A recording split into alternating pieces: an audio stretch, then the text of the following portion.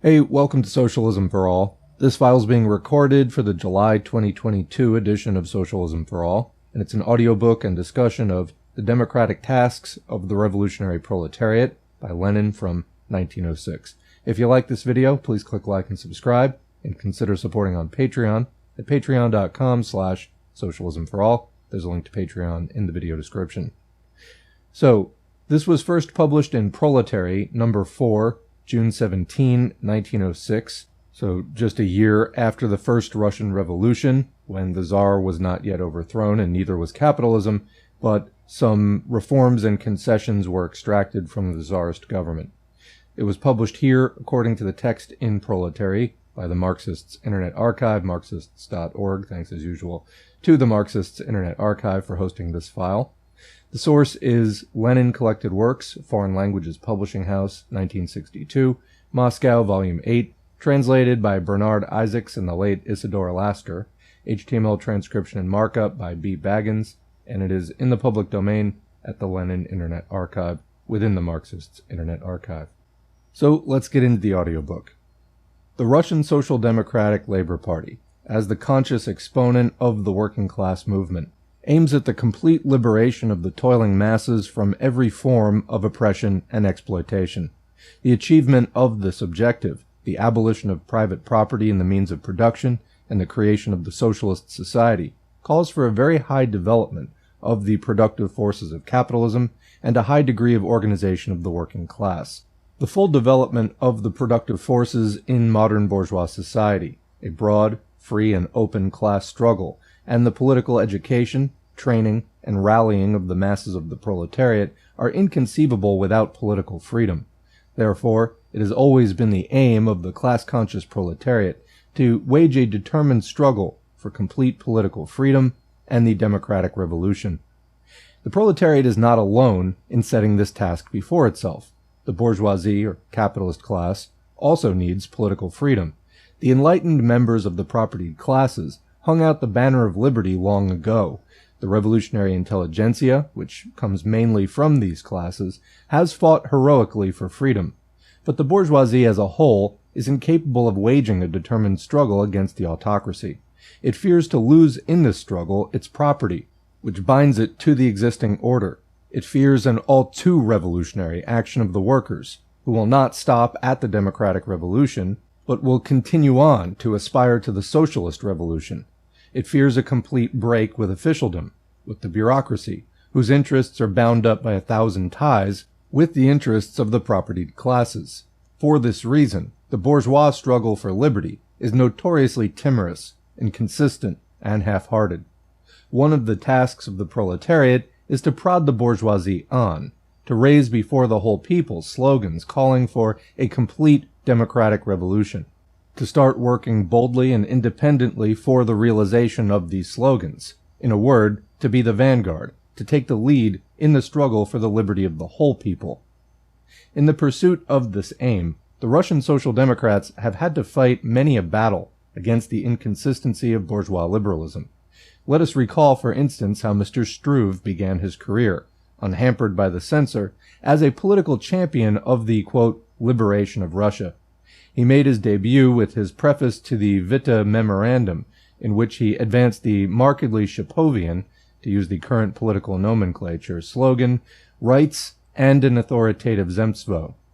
The Social Democratic Party exposed the retrogressive, absurd, and reactionary nature of that slogan. It demanded a definite and uncompromising democratic platform, and itself put forward such a platform as an integral part of its party program. Social democracy had to combat the narrow conception of the aims of democracy, which obtained in its own ranks when the so-called economists did their best to play down these aims, when they advocated the, quote, economic struggle against the employers and the government, and insisted that we must start by winning rights, continue with political agitation, and only then, gradually, it's the theory of stages, pass on to political struggle. Now, the political struggle has become vastly extended. The revolution has spread throughout the land. The mildest liberals have become, quote, extremists. It may therefore seem that historical references to the recent past, such as we have just made, are out of place, with no bearing on the actual turbulent present. but this may seem so only at first glance. To be sure, such slogans as the demand for constituent assembly and for universal, direct, and equal suffrage by secret ballot, the right to vote, which the Social Democrats long since and in advance of all presented in their party program, have become common property. They have been adopted by the illegal Osvobojdenia, incorporated in the program of the Osvobojdenia League, turned into Zemstvo slogans, and are now being repeated in every shape and form by the legal press. That Russian bourgeois democracy has made progress in recent years and months cannot be doubted. Bourgeois democracy is learning by experience, is discarding primitive slogans like the Shapovian rights and an authoritative Zemstvo, and is hobbling along behind the revolution. But it is only hobbling along behind. New contradictions between its words and its deeds, between democracy in principle and democracy in realpolitik, are arising in place of the old, for revolutionary developments are making steadily growing demands on democracy. But bourgeois democracy always drags at the tail of events. While adopting more advanced slogans, it always lags behind. It always formulates the slogan several degrees below the level really required in the real revolutionary struggle for real liberty. Indeed, let us take that now current and generally accepted slogan for a constituent assembly on the basis of universal, direct, and equal suffrage by secret ballot. Is that slogan adequate from the standpoint of consistent democracy? Is it adequate in the light of the urgent revolutionary tasks for the present moment? The answer to both these questions can only be in the negative. To be convinced that this is so, one only has to examine carefully our party program, to which our organizations unfortunately do not refer, in which they quote and disseminate all too little. As a happy exception, worthy of the widest emulation, we note the recent reprint of our party program in leaflet form by the Riga, Voronezh, and Moscow committees. The keynote of our program, too, is the demand for a popular constituent assembly. Let us agree, for brevity's sake, to use the word popular as denoting suffrage that is universal, etc. But this slogan does not stand isolated in our program. The context and the addenda and notes prevent any misconstruction on the part of those who are least consistent in the struggle for liberty, or even who struggle against it. It occurs in our program in conjunction with the following other slogans. 1. The overthrow of the Tsarist autocracy. 2. Its replacement by the democratic republic. 3. The sovereignty of the people, safeguarded by a democratic constitution, i.e. the concentration of supreme governmental authority entirely in the hands of a legislative assembly composed of representatives of the people and forming a single chamber. Can there be any doubt that every consistent Democrat is obligated to accept all these slogans? Why, the very word Democrat, both by its etymology and by virtue of the political significance it has acquired throughout the history of Europe, denotes an adherent of the sovereignty of the people. It is absurd, therefore, to talk of democracy and in the same breath to reject even a single one of these slogans. But the main contention, the contradiction between the desire of the bourgeoisie to preserve private property at all costs and its desire for liberty, is so profound that spokesmen or followers of the liberal bourgeoisie inevitably find themselves in this ridiculous position. As everyone knows, a very broad liberal party is forming itself in Russia with enormous rapidity, a party which has the adherents of the Osvobojdenia League, of the mass of the Zemstvo people, and of newspapers like Nashi Dni, Syn Otechества, Ruskие Vedomosti, etc., etc. This liberal bourgeois party likes to be called the Constitutional Democratic Party. In actual fact, however, as can be seen from the declarations and the program of the illegal Osvobojdenia, it is a monarchist party. It does not want a republic at all. It does not want a unicameral assembly, and it proposes for the upper house indirect and virtually non-universal suffrage, a residence qualification. It is anything but anxious for the supreme governmental authority to pass entirely into the hands of the people, although for window dressing purposes it is very fond of talking about the transfer of power to the people. It does not want the autocracy to be overthrown. It wants only a division of power among 1. The monarchy, 2. The upper house, where the landowners and capitalists will predominate, and 3. The lower house, which alone is to be built on democratic principles. Thus, we have before us the indisputable fact that our, quote, democratic bourgeoisie, even as represented by its most advanced, most educated elements, those least subject to the direct influence of capital, is trailing behind the revolution. This, quote, democratic party fears the sovereignty of the people.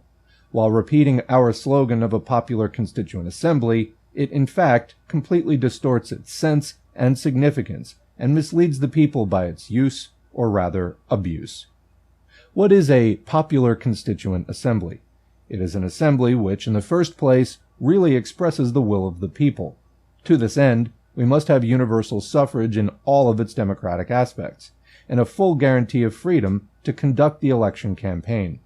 It is an assembly which, in the second place, really has the power and authority to inaugurate a political order which will ensure the sovereignty of the people. It is clear as daylight that without these two conditions, the assembly can be neither truly popular nor truly constituent. Yet our liberal bourgeois, our constitutional monarchists, whose claim to be democrats is a mockery of the people, do not want real safeguards to ensure either of these conditions. Not only do they fail to ensure in any way complete freedom of election propaganda or the actual transfer of power and authority to the Constituent Assembly, but on the contrary, they seek to make both impossible, since they aim at maintaining the monarchy. The real power and authority is to remain in the hands of Nicholas the Bloody. This means that the dire enemy of the people is to convene the assembly and ensure that the elections will be free and universal. How very democratic. It means that the Constituent Assembly will never have, and, according to the idea of the liberal bourgeois, must never have, all power and all authority. It is to be utterly devoid of power, devoid of authority. It is merely to come to terms, to reach an agreement, to arrive at an understanding, to strike a bargain with Nicholas II for the Assembly to be granted a modicum of his royal power. The Constituent Assembly elected by universal suffrage is to differ in no way from a lower house.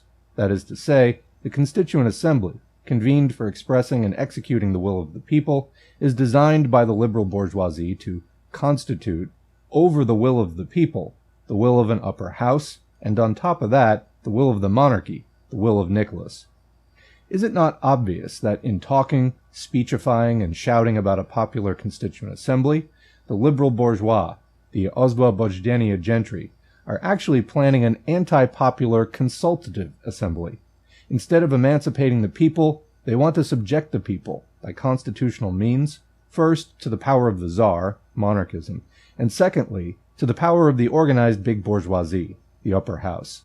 If anyone wishes to dispute this conclusion, let them assert, 1. That there can be a true expression of the popular will in elections without complete freedom of propaganda, and without the actual abolition of all the propaganda privileges of the Tsarist government.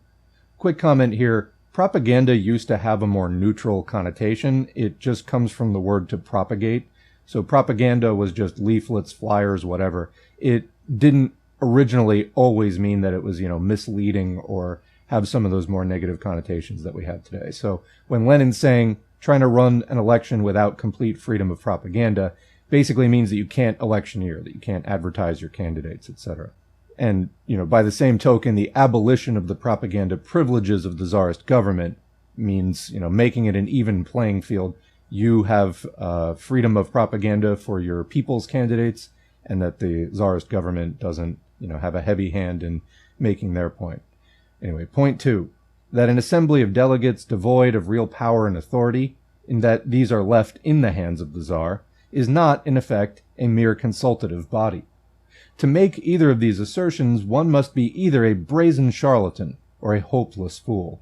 History proves conclusively that a representative assembly coexisting with a monarchical form of government is an actual fact, so long as governmental power remains in the hands of the monarchy, a consultative body which does not bend the will of the monarch to the will of the people, but only conforms the will of the people to the will of the monarch, i.e. divides the power between monarch and people, bargains for a new order, but does not constitute it. History proves conclusively that there can be no such thing as really free elections, that the significance and character of these elections can hardly be brought home to the whole people unless the government that is combating the revolution is replaced by a provisional revolutionary government.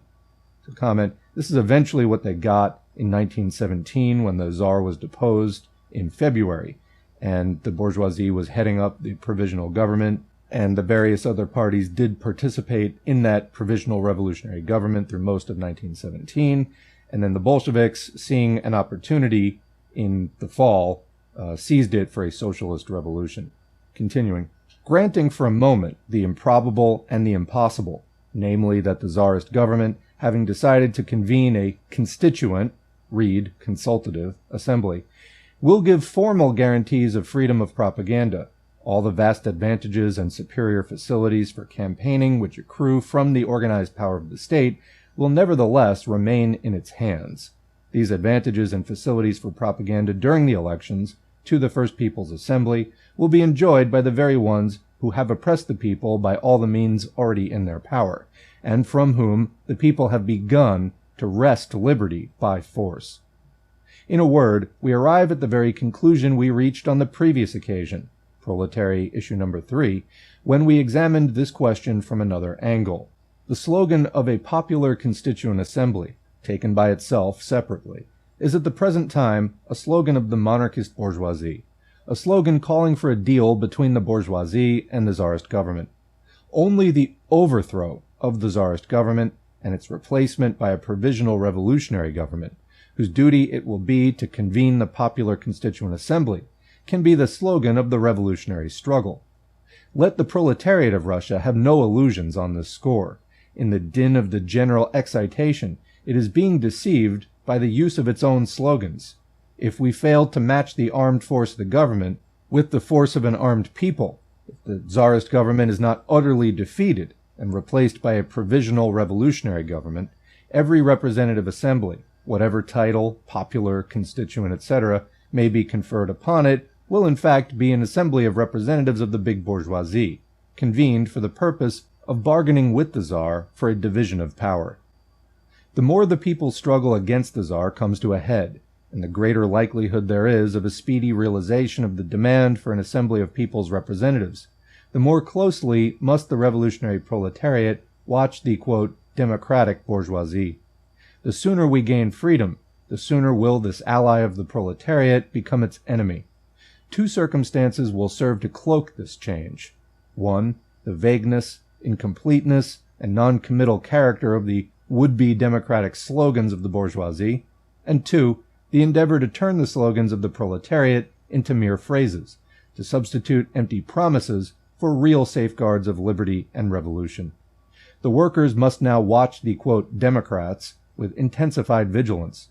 The words, popular constituent assembly, will be nothing more than words if, owing to the actual conditions under which the election campaign and the elections themselves are conducted, this assembly fails to express the will of the people, if it lacks the strength independently to establish the new order. The cardinal issue is now shifting from the question of summoning the popular constituent assembly to the question of the method by which it is to be summoned. We are on the eve of decisive events. The proletariat must not pin its faith in general democratic slogans, but must contrapose to them its own proletarian democratic slogans in their full scope. Only a force guided by these slogans can really ensure the complete victory of the revolution. That's the end of the audiobook. So, should be, I think, pretty clear what he's talking about here. This is, of course, 1906, so well before the split in the Russian Social Democratic Labor Party between the Menshevik and Bolshevik factions, remembering also that Social Democratic at this time was just simply another word for Marxist or socialist. Basically, in today's terms, the Mensheviks and some of the other factions that were not the Bolsheviks were what we would today call radlibs, sockdems, populists, people like that. The Bolsheviks, of course, communists or Marxist-Leninists, etc. So what Lenin's talking about here is, as the Russian Revolution was proceeding and the, new working class and some of the other classes that were struggling for social change, coming up against the long-established czarist autocracy, trying to figure out, how do we modernize society with that in the way, and what do we do with Tsarism. and talking about how the capitalists, of course, were leading the charge because they did need a certain amount of freedom in order to practice and expand capitalism. However, their relatively conservative property interests tied them in many ways to the existing order, and so they needed a certain amount of revolution, but not too much, because what happens in capitalism? Well, they overthrow the feudal order, and then the capitalists start creating the proletariat, the working class, by operating capitalism. And then what? They have to sustain that for as long as they can. Capitalism is based on the exploitation of the proletariat and the proletarianization of the other classes, such as the peasantry, into the proletariat for exploitation. And they have to maintain that. That's where the surplus value comes from for the capitalists. So here in 1906, late-stage Tsarism, basically the very early days of capitalism, a lot of feudal practices had been abolished by this point, but not all in practice throughout all the areas of Russia. So, again, basically just stepping out of feudalism at this point. We see the capitalists want a certain amount of freedom to expand capitalism without the monarchy getting in the way. And of course, the working classes want more freedom because they've known nothing but the boot for a very long time. So they are, quote, allied in the struggle against Tsarism, although with very different long-range interests. Capitalists just want to stop the progression in the struggle at the establishing and expansion of capitalism, whereas workers eventually want to take over the means of production and have a socialist revolution. So this puts the capitalists kind of in the middle of the feudal order that they are trying to oppose, and they need the proletariat's help to abolish that. But they don't want to go too far and then get overthrown themselves by the proletariat. And this is, happened throughout Europe during the establishment of capitalism, is once the capitalists abolish the feudal order, they kind of keep those old reactionaries in their back pocket as kind of an anchor, if you will, so that progress doesn't go too far, risking socialism. They want to keep those reactionaries in their back pocket from yesteryear in order to use them against the working class, who they must try to sustain an oppression of, which is basically the basis of capitalism. If they're going to run capitalism, then they have to exploit the proletariat. So this is basically the predicament, and at this point in the revolution, there was the setting up of, a parliament, and there was talk of, was it going to be bicameral, like the U.S., has the House and the Senate. Really, today, we still need to abolish the Senate. That's a separate discussion. But as Lenin's saying, the socialists, the Social Democratic Labor Party, were pushing for a unicameral, single-body legislative assembly with full voting rights, full freedom of election propaganda during election campaigns, etc. They saw these rights as being fundamental to, laying the basis for the future struggle against the bourgeoisie. After the Tsar will have been overthrown, and the bourgeoisie becomes the new boss, if you will, the new ruling class. As scientific socialists, we do have to look down the line in this way. Having studied the progression of history from a materialist basis, we know that that's what's coming next. And so again, trying to lay the groundwork for that struggle. So basically, Lenin here is describing some of the ins and outs of that, and also, of course, counseling the proletariat, don't get too excited when the bourgeoisie is talking about rights and freedoms, because they will limit those rights and freedoms to exactly only what enables them to establish capitalism. And then they will pull them short, and deny them as much as possible to the working class in order to protect their upcoming rule in the capitalist order that they're about to establish. So, it's always a good time to remember that when capitalists talk about freedom and liberty, and when proletarians talk about freedom and liberty, what that means for each of those classes is not to be understood as being the same in terms of the long-range interests. The proletariat wants freedom from exploitation. The capitalists want the freedom to exploit. So workers need to stay wise to this, and yes, get all the freedoms that you can under capitalism, because they will only give you more leeway to struggle against capitalism. This is, of course, assuming that you're doing everything that you possibly can to maximize your rights in that struggle. But of course, freedom in bourgeois society is not the end of the road for us. We have to look further. All right, and with that, I think I'll end it here. What do you think? Leave a question or comment in the comment section below. We'll continue the discussion there as always. Otherwise, thanks for listening. And thanks to the current patrons whose names are on the screen. If you'd like to get your name on the screen, head to patreon.com/socialismforall. You can sign up for as little as $2 a month or more, whatever you see fit. Every donation is encouraging. They're also materially helpful. And this support has allowed me to spend a lot more time on this channel and to produce many more hours of content than I would have been able to do without that support. So much appreciated.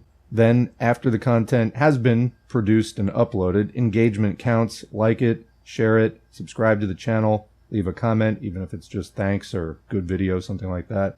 All of that encourages YouTube to suggest this content to more and more people.